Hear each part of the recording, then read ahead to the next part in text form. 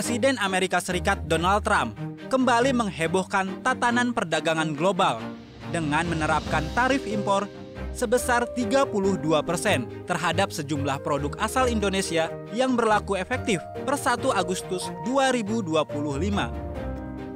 Tarif tersebut menyasar sejumlah sektor industri, terutama tekstil dan alas kaki, dua sektor padat karya yang selama ini menjadi penyangga ekspor Indonesia ke pasar Amerika Serikat.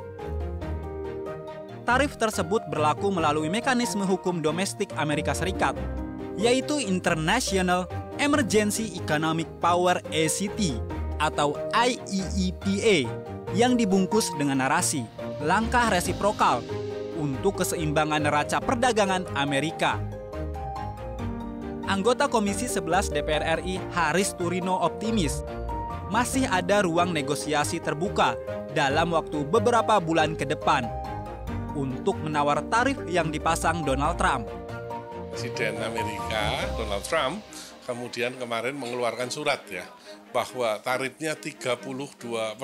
Ya, kalau kita lihat angka ini tentu kita kaget, ya kan? Tapi kalau kita lihat ya Jepang dan Korea mendapatkan 25, ya Malaysia mendapatkan 30, tetapi Thailand mendapatkan 36, ya. Jadi angkanya memang di kisaran itu. Tapi kalau kita baca surat aslinya di alinea terakhir jelas menyatakan bahwa masih ada ruang untuk negosiasi, ya.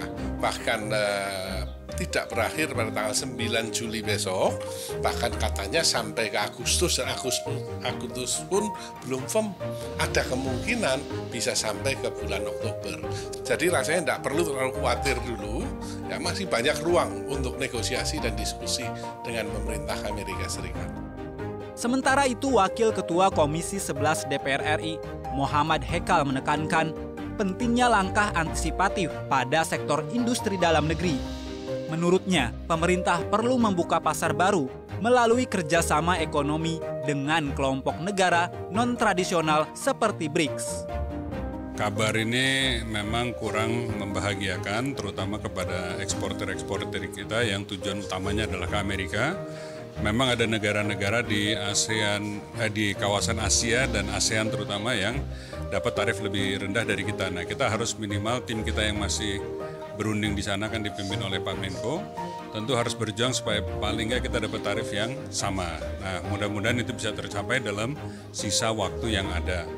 Tapi di luar itu tentunya kita juga harus ada langkah-langkah antisipatif lainnya. Antara lain tentunya kita kayak hari ini kan kita sedang bergabung dengan BRICS, itu juga merupakan suatu kekuatan ekonomi besar, ya kita harus cari peluang-peluang baru dan kita bantu kepada industri-industri kita yang memang fokusnya kepada Amerika untuk membuka pasar-pasar baru. Nah, mudah-mudahan ini bisa harus kerja keras dan kerja cepat supaya kita bisa menghindari nanti jangan sampai ada PHK ataupun gangguan yang terlalu banyak terhadap industri-industri kita yang sudah banyak rentan terhadap masalah-masalah impor. Yang kedua, kita tentu harus jaga bahwa barang-barang yang juga akan menjadi produksi Indonesia yang menjadi sulit untuk masuk ke Amerika, kita harus hindari juga untuk membanjiri pasar Indonesia. Nah, itu juga kita titipkan kepada kebijakan Menteri Perdagangan, kepada Menteri Perindustrian, supaya bisa melindungi industri lokal kita supaya tidak kebanjiran pasar barang-barang dari negara-negara lain yang juga mengalami kesulitan ke Amerika.